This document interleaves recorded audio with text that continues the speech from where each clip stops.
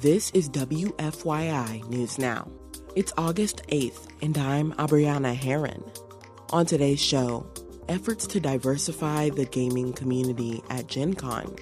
School district leaders share their concerns ahead of next year's legislative session. And residents of a central Indiana apartment complex get notifications that their rent is thousands of dollars overdue. But there's a catch. Every time I've tried, it tells me to contact a number. Reach out to contact that number. This number has been disconnected. Physically, there is no way to pay it.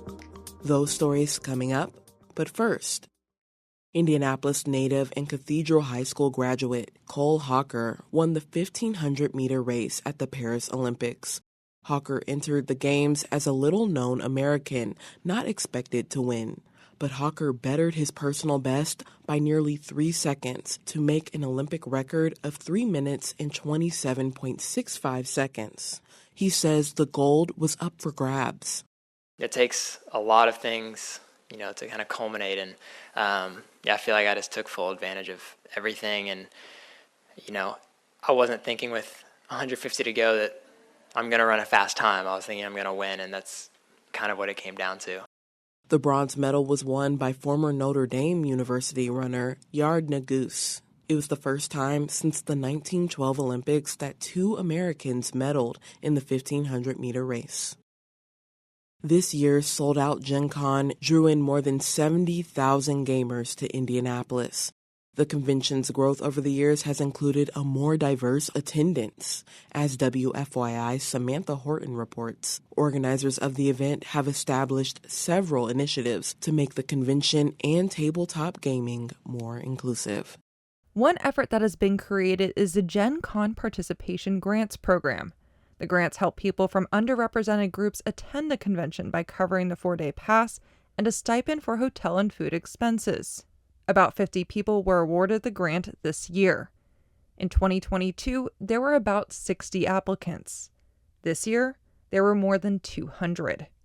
Gen Con President David Hoppy says he hopes the grantees attend the convention and see a future for themselves in the industry. Ultimately, we don't want to just, fill our attendee base, but we really want to see more creators, more participants, more publishers, game designers, exhibitors. We want to really highlight some of these amazing creative voices that are out there.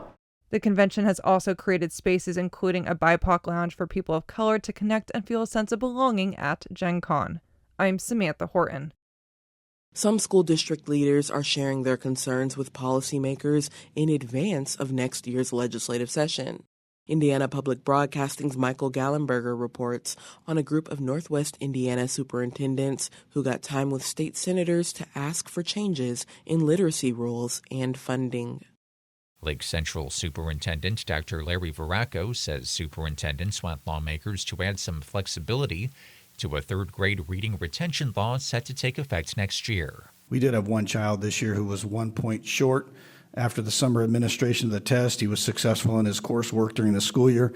To us, it would be a shame to retain that child. He says he also called for more funding for support services, specifically state funding for speech-language pathologists. We are supporting our speech program through our tuition support.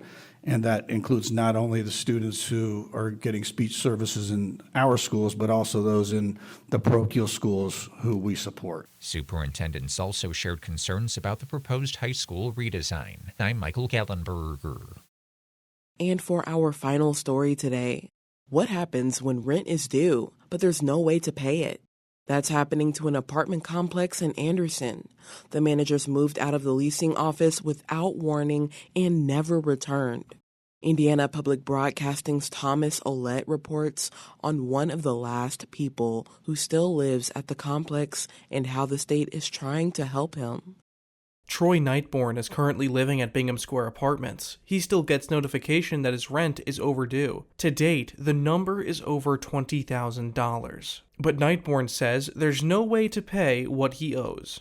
Every time I've tried, it tells me to contact a number. Reach out to contact that number. This number has been disconnected. But yet I still get notification each and every month saying, hey, you owe this much money. Hey, this is your late fee also. Physically, there is no way to pay it. In December of 2022, Nightborn and others say the leasing office was closed and no one from management has returned. Shortly after, the complex's rent payment portal became inactive, along with the associated phone numbers. Boxes filled with vital tenant information like social security numbers were left open to anyone who could get through the door. Nightborn said management sent a maintenance crew to dump the documents into an on-site dumpster and nail the office door shut. The apartment owners have also neglected to pay the complex's utilities bill. Between Bingham Square and Madison Square apartments, owners now owe nearly $1 million in unpaid utilities. I just want people to know what's really going on out here.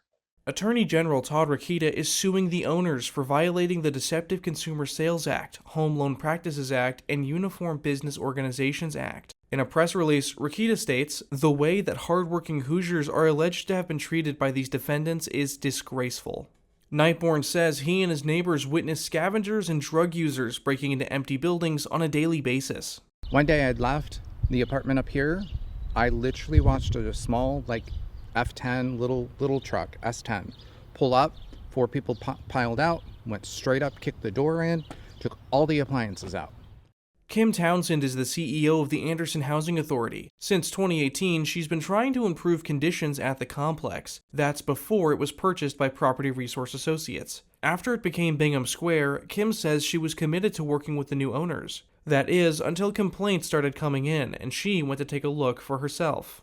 I went out to property that had a veteran in it, an older man. He was a veteran, and the inspector said, "Kim, you have to come out here for yourself and see this." So I went in. As soon as I stepped in his apartment, water kind of came up. He was on oxygen. He had no air. They had some portable system. It was really clammy in there, very damp.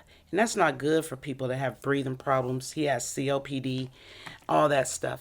Visiting the complex now, there are signs of black mold, indoor flooding, and water damage to the foundation of the buildings. Most of the units look uninhabitable. Former Anderson City Council President Rebecca Crooms is also intensely focused on conditions at Bingham Square. To her, the most frustrating part is that the residents still living at the complex don't want to stay there, but they can't leave either. Troy is one of the last of the Mohegans because he said he can't move in no $2,000 or $3,000 a month apartment. He does not get that much. He has to be in a rent control, low income housing. The city's Department of Municipal Development says orders have been given to the owner to vacate both Bingham Square and Madison Square apartments. But the residents at Bingham Square say none of them have received official documentation telling them to leave. Phone numbers and emails associated with Property Resource Associates are no longer active. I did reach an associate of the owner, but they declined to answer any questions. A court date hasn't yet been set for the Attorney General's lawsuit. Nightborn says he and his neighbors want the same thing as any person in Anderson. A place where they can feel safe when they sleep every night. A place where they don't have to worry about their building falling apart around them. And a place they can call home. But right now, all they can afford to hope for is that they're seen. I want people to realize how chaotic and how much of a mess it is. For Indiana Public Broadcasting, I'm Thomas Ouellette. That's all for today's episode of WFYI News Now. Our podcast is produced by Drew Daudelin with support from the news team at WFYI and public media journalists across the state. Our news director is Sarah Neal-Estes. Kendall Antron produced our music, and I'm your host, Abriana Herron. If you like today's episode, remember to subscribe and share, and follow WFYI on Instagram, Facebook, and YouTube to check in on our newsroom throughout the day. Thanks for listening. We'll be back tomorrow.